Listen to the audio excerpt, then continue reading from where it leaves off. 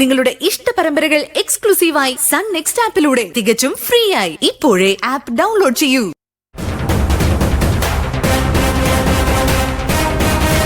കുറെ നേരെ അവള് തുടങ്ങിയിട്ട് എരുതിയിൽ എണ്ണ ഒഴിക്കാനേ നിന്നെ കഴിഞ്ഞിട്ടേ ആളുള്ളൂ. ഒറ്റയൊരു കൂട്ടുകൂടി കെട്ടിയിട്ടുണ്ട് ഇപ്പൊ അവക്ക്. മുകുന്ദ, ദേ അമ്മയൊന്നും പറയണ്ട.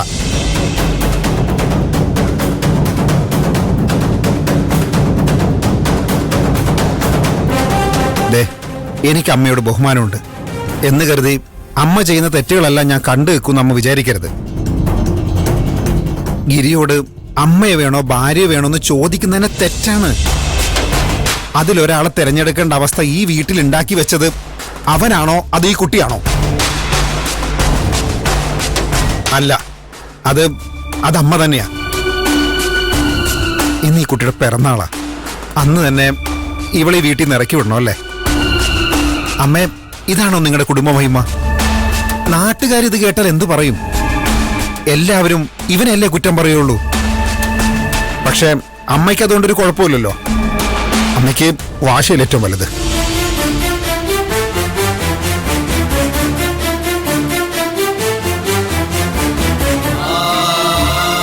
ഇവരിവിടെ പിറന്നാൾ ആഘോഷിക്കുമ്പോഴേക്കും തകർന്നു പോകുന്നതാണോ അമ്മയ്ക്ക് വീടിന്റെ മീതുള്ള അധികാരം?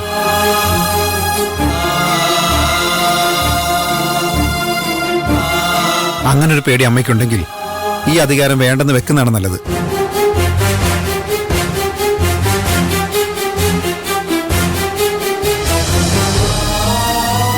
അമ്മയ്ക്കൊന്നും പറയാനില്ലേ?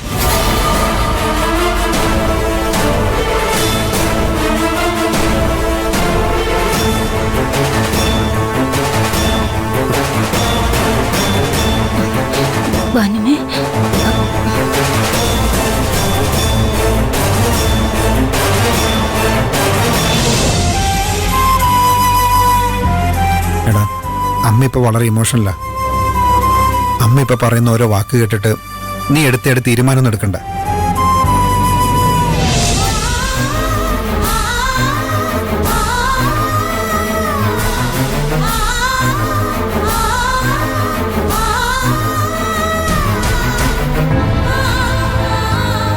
മഞ്ജു പേടിക്കൊന്നും വേണ്ട.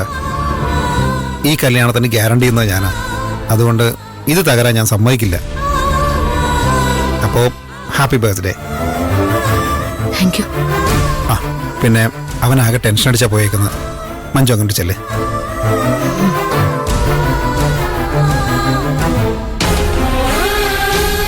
എന്നാ ഞാൻ പോട്ടെ മഹിമേ.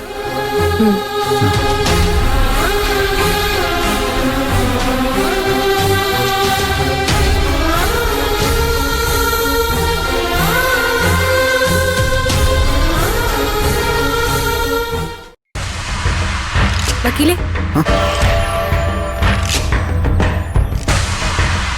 എന്തൊരു പെർഫോമൻസ് ആയിരുന്നു. കോടതിയിലും വക്കീൽ ഇങ്ങനെ തന്നെയാണോ? എന്താണെന്നറിയില്ല, കോടതി പോകുമ്പോ ഈ ആത്മവിശ്വാസമൊക്കെ ചോർന്നു പോകും. ഉള്ള മണ്ടത്തരങ്ങളൊക്കെ വിളിച്ചു പറയും. അതുകൊണ്ട് കൂടിയാ വാദിക്കുന്ന പണി നിർത്തി വിധി പറയുന്ന പണി എടുക്കാന്ന് ഞാൻ ചിന്തിക്കുന്നത്. എന്തായാലും വക്കീൽ ഭാനുമതിയമ്മയുടെ വാടപ്പിച്ചു. ആ, അമ്മയൊന്ന് പകച്ചുപോയത് എന്റെ ഭാഗ്യം. ഇല്ലായിരുന്നെങ്കിലേ എന്റെ കർണം മുഖഞ്ഞേനെ. ഇനി അങ്ങാനും അമ്മയ്ക്ക് അങ്ങനെ ഒരു വീണ്ടും വിചാരം ഉണ്ടായാലോന്ന് കരുതിയിട്ടാ ഞാൻ പെട്ടെന്ന് ഇറങ്ങിപ്പോകുന്നത്. എന്നാ ഞാൻ ഇറങ്ങിക്കോട്ടെ. അതെ, എനിക്കൊരു സംശയം ചോദിക്കാനുണ്ട്. എന്താ? വക്കീലിനെ ചതിച്ച ആ കാമുകിയില്ലേ, അതാരാണെന്ന് എനിക്ക് മനസ്സിലായി.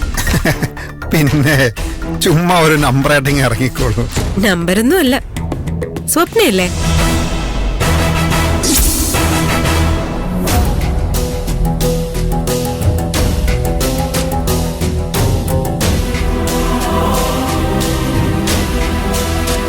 നിങ്ങൾ പരസ്പരം നോക്കുന്നത് കണ്ടാൽ അറിയാം എന്തൊക്കെയോ ഒളിപ്പിക്കുന്നുണ്ടെന്ന്. ഞാൻ വക്കീലിന്റെ അടുത്തേക്ക് വരുന്നത് പോലും സ്വപ്നയ്ക്ക് സഹിക്കുന്നില്ല. അത് അസൂയാണെന്ന് മനസ്സിലാക്കാൻ സാമാന്യ ബോധം മതി. മഹിമ എന്തൊക്കെയാ പറയുന്നേ? സ്വപ്നെ ഞാൻ അങ്ങനെ കാണുമെന്ന് മഹിമയ്ക്ക് തോന്നുന്നുണ്ടോ? അവളെ എന്റെ ഏറ്റവും അടുത്ത കൂട്ടുകാരന്റെ സഹോദരിയാ. ഞാൻ ഗിരിയോട് അങ്ങനെ ചെയ്യുവോ? ഒരിക്കലുമില്ല. അതെ, നുണ പറയാൻ അറിയാത്തവര് അതിന് നിക്കരുത്. പെട്ടെന്ന് മനസ്സിലാവും.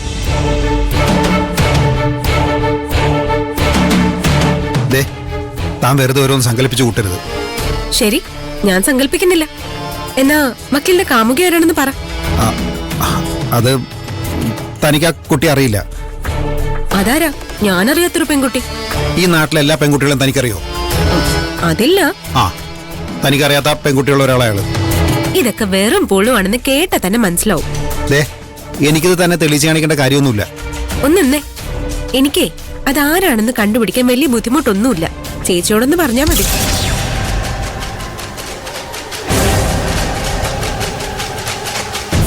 ചേച്ചി പോലീസ് ആയതുകൊണ്ടേ ഇങ്ങനെ ചില ഗുണങ്ങളൊക്കെ ഉണ്ട്.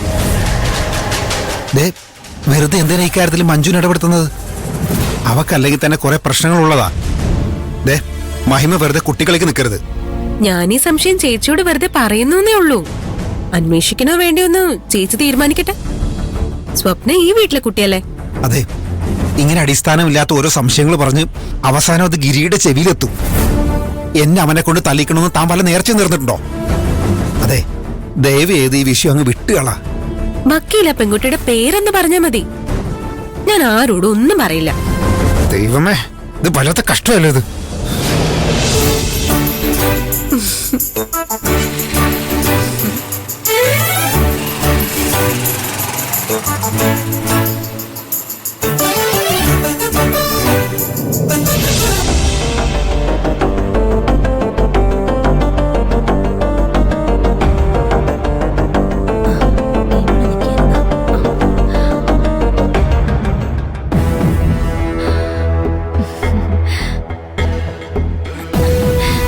എന്തായാലും മഞ്ജുവിന് കണക്കിന് കിട്ടി.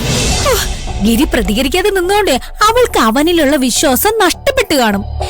ഇനി അവരെ വളരെ എളുപ്പത്തിൽ നമുക്ക് വേർപെടുത്താം. മോൾ എന്താ ആലോചിക്കുന്നേ? ഞാൻ പറയുന്ന എന്തെങ്കിലും കേട്ടോ? കേട്ടു കുഞ്ഞാറ്റെ. ഞാൻ വെറുതെ ഒരു കാര്യം ആലോചിക്കുമായിരുന്നു. എന്ത് കാര്യം? ആ മുകുന്ദനും മഹിമയും തമ്മിലുള്ള കളിയും ചിരിയൊക്കെ കുഞ്ഞാറ്റ കണ്ടില്ലേ? കുറച്ച് ഓവറാണെന്ന് എനിക്കും തോന്നി. ആ, ഇന്നത്തെ കാലത്തെ പിള്ളേരല്ലേ, അവരെങ്ങനെ ശീലിച്ചു കാണും. ഞാൻ മുകുന്ദനുമായിട്ടുള്ള ബന്ധത്തെക്കുറിച്ച് അവളോട് ചോദിച്ചപ്പോ മഹിമയ്ക്ക് അവനെ ഇഷ്ടമാണെന്ന് തുറന്നു പറഞ്ഞു. അയ്യോ ദൈവമേ, അവളുടെ ഒരു ധൈര്യം കണ്ടില്ലേ? ആദ്യം ഞാൻ വിചാരിച്ചത് മഹിമ എന്നെ കളിപ്പിക്കാൻ വേണ്ടി വെറുതെ പറഞ്ഞതാണെന്നാ. പക്ഷെ അവള് മുകുന്ദനെ നോക്കുന്ന രീതി കണ്ടാൽ അറിയാം അവൾക്ക് മുകുന്ദനെ ഇഷ്ടമാ.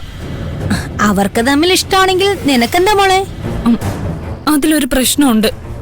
സഞ്ജയ് എന്റെ ജീവിതത്തിലേക്ക് കടന്നു വരുന്നതിന് മുമ്പ് ഞാനും മുകുന്ദനും തമ്മിൽ ചെറിയൊരു ചുറ്റിക്കളി ഉണ്ടായിരുന്നു. അത് ശരി. അപ്പോ മുകുന്ദൻ ആത്മഹത്യക്ക് ശ്രമിച്ചതിന്റെ കാരണക്കാരി മോളാണല്ലേ?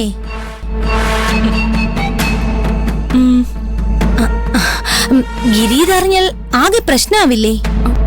ആവും. പക്ഷെ ഗിരിയേട്ടനെ എങ്ങനെയെങ്കിലും മാനേജ് ചെയ്യാൻ കഴിയും. അതിനേക്കാൾ വലിയ പ്രശ്നം സഞ്ജയ് അറിഞ്ഞാലാ. അവന്റെ മുമ്പില് ഞാനൊരു നിഷ്കളങ്കയായിട്ട് അഭിനയിച്ചുകൊണ്ടിരിക്കുക. മുകുന്ദനുമായി ഉണ്ടായിരുന്ന എന്റെ ബന്ധത്തെക്കുറിച്ച് സഞ്ജയ് അറിഞ്ഞ ഉറപ്പായിട്ടും എന്നെ വേണ്ടെന്ന് വെക്കും. അല്ല, മോള് ബന്ധം അവസാനിപ്പിച്ചതിന്റെ വൈരാഗ്യം മുകുന്ദന് കാണില്ലേ? അവൻ ആ ദേഷ്യത്തിൽ നിങ്ങൾ തമ്മിലുണ്ടായിരുന്ന ബന്ധത്തെപ്പറ്റി സഞ്ജയനോട് പറഞ്ഞാലോ? അവനങ്ങനെയൊന്നും ചെയ്യില്ല. മുകുന്ദൻ ഒരു മാന്യനാ. അവനെ ദ്രോഹിക്കുന്നവരോട് പോലും അവൻ ക്ഷമിക്കേയുള്ളൂ. ശരിയാ. പക്ഷേ മുകുന്ദന്റെ സ്ഥാനത്തെങ്ങാനും ഞാനായിരുന്നെങ്കിൽ എന്നെ ചതിച്ച് നിന്നെ ഞാൻ കൊന്നേനെ.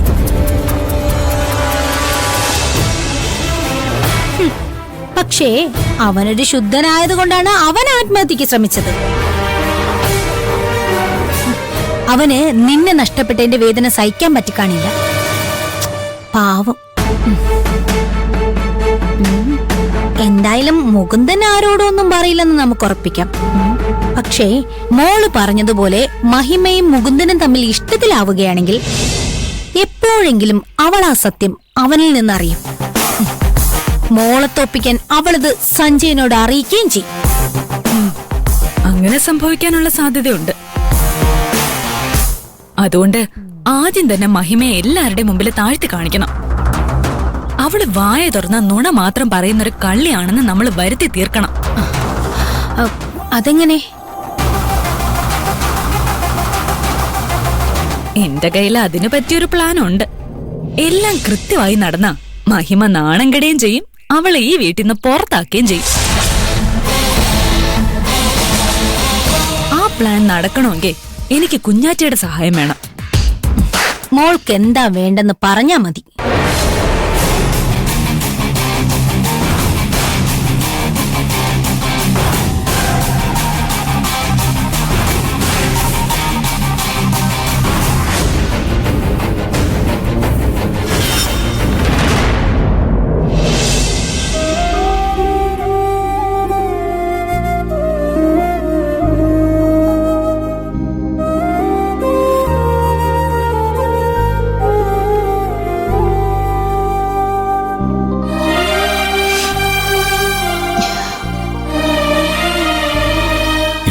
നല്ല ദിവസമായിട്ട് നീ ഒരുപാട് വിഷമിച്ചു.